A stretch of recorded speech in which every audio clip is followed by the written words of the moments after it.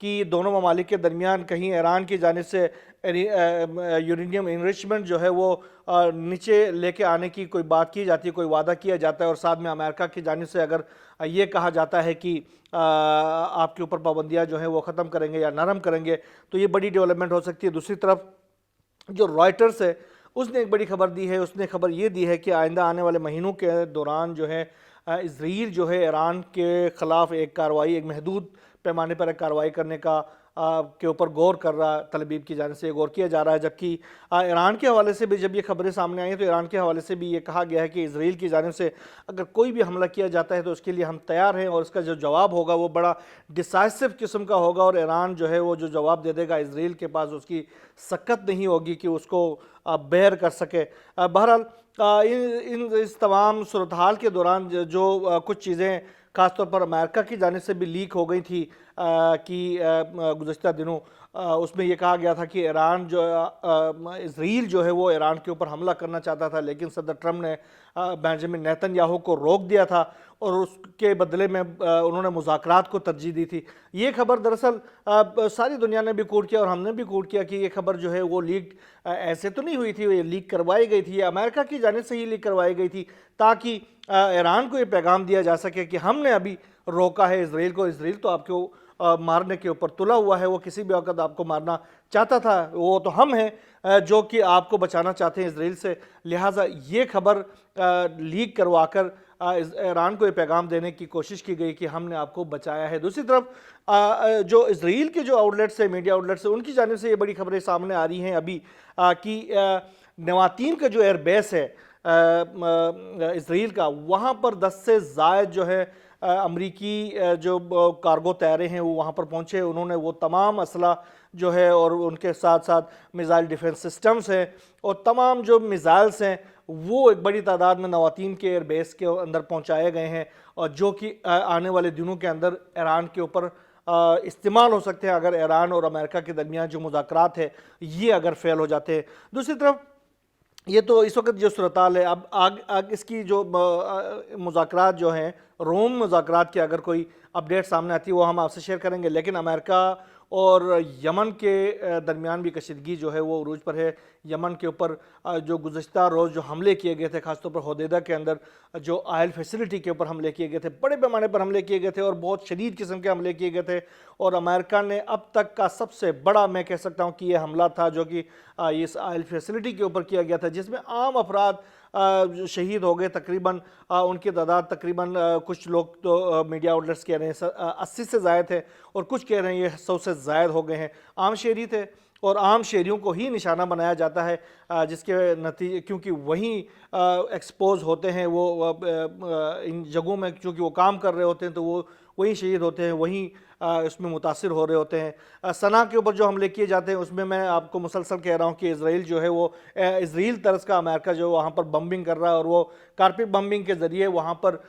Step by step جتنے بھی مکانات ہیں شہریوں کے ان کو تباہ کر رہا ہے، اور عام شہریوں کے جو فیسلٹیز ہیں، ان کے تنصیبات ہیں، ان کے آئل فیسلٹیز ہیں، ان کے گیس فیول کی جو فیسلٹیز ہیں، اس کے ساتھ ان کے ایئرپورٹس ہیں، ہاسپٹلس ہیں، سکولز ہیں، کالجز ہیں، یونیورسٹیز ہیں، ان کو زیادہ سے زیادہ نشانہ بنانے کی کوشش کر رہا۔ جوابی کارروائیاں یمن کے جو فورسز ہیں ان کی جانب سے مسلسل کیے جا رہے ہیں، اس حوالے سے کوئی کمی نہیں چھوڑی گئی ہے۔ یمن کی جانب سے بھی گزشتہ جو حملے کیے گئے ہیں حدیدہ کے اوپر، اس کے جواب میں یمن کی جانب سے ہائپر سونک ذوالفقار میزائلوں کے ذریعے تل ابیب کو نشانہ بنایا گیا، بڑے پیمانے پر نشانہ بنایا گیا، اور تل ابیب میں سائرن بجنے کی آوازیں آئی ہیں، اور وہ اسرائیل کی جو میڈیا ہے وہ تو کہہ رہے ہیں کہ ہم نے ان میزائلوں کو انٹرسیپٹ کیا ہے، لیکن حوثی انصار اللہ جو فورسز ہے وہ کہہ رہے ہیں کہ ہم نے ایک حساس ترین بیس کو نشانہ بنایا ہے بن گورین ایئرپورٹ کے قریب، جس میں جو موساد کے جو آپریٹرز کی ایک بہت بڑی تعداد تھی جو کہ وہاں پر ماری جا چکی ہے۔ دوسری طرف انہوں نے کہا ہے کہ ہم نے ریڈ سی کے اندر ایک بڑی کارروائی کی ہے، جس میں پہلی بار U S S Karl Vincent کو نشانہ بنانے کا انہوں نے اعلان کیا ہے، جو کہ دوسرا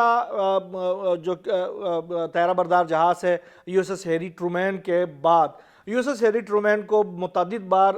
یمن کی جانب سے نشانہ بنایا گیا ہے، جس کے نتیجے میں گزشتہ دنوں اس کے جو انفارمیشن جو ٹاور ہے اس کو شدید نقصان پہنچاتا تھا۔ ابھی اس کے بارے میں اطلاعات یہ آ رہی ہیں کہ وہ جو ہے یہ جو جہاز ہے کیریئر ہے یہ آؤٹ آف آرڈر ہو چکا ہے اور اس کی کوئی اب اہمیت نہیں رہی ہے، تو اب اس کو ریپلیس کر رہا یو ایس ایس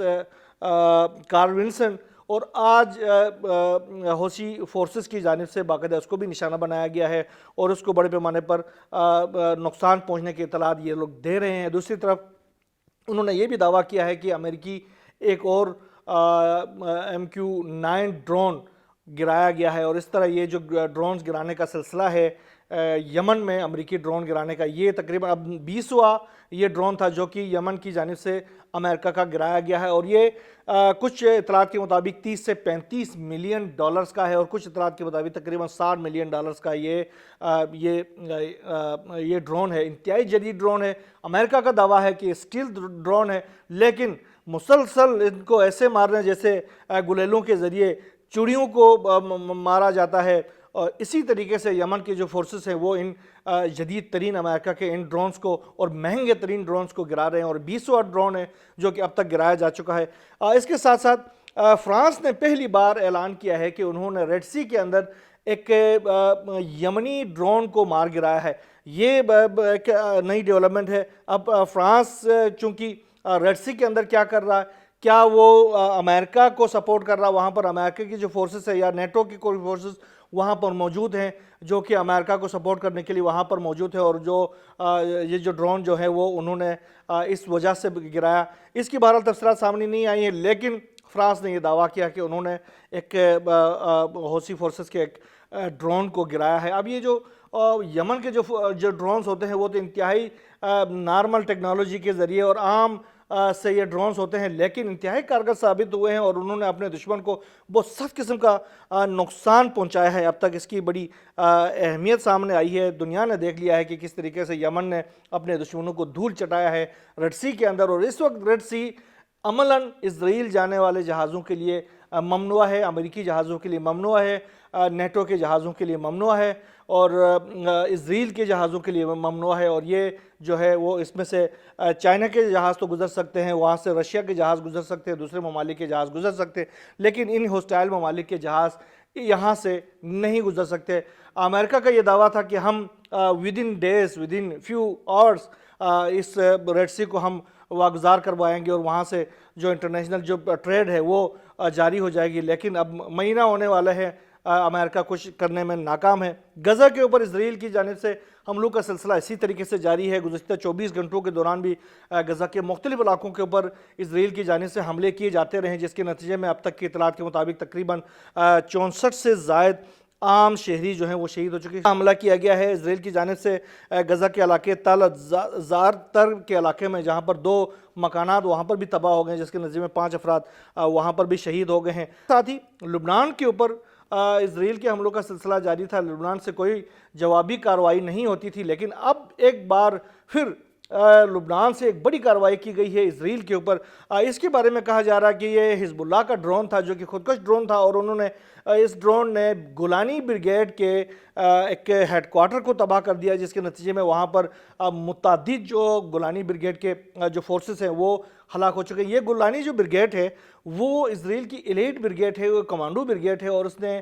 غزہ کے اندر بھی اور جنوبی لبنان کے اندر بھی بڑی کاروائیاں کی ہیں، لیکن دونوں طرف جس طرح غزہ کے اندر بھی اور لبنان کے اندر بھی گولانی بریگیڈ کو بڑی زد پہنچایا گیا ہے۔ اور اب یہ جو کارروائی آج حزب اللہ کی جانب سے اگر کی گئی ہے، حزب اللہ نے گو کہ اس کا دعویٰ نہیں کیا گیا ہے، لوگ کہہ رہے ہیں، میڈیا کہہ رہا ہے کہ یہ حزب اللہ کا ڈرون تھا جو کہ گولانی بریگیڈ کو ہٹ کرنے میں کامیاب ہو گیا ہے۔ جو بھی نئی ڈیولپمنٹ سامنے آتی رہیں گے انشاءاللہ ہم آپ سے شیئر کرتے رہیں گے۔ یہاں بس اتنا ہی، اللہ حافظ۔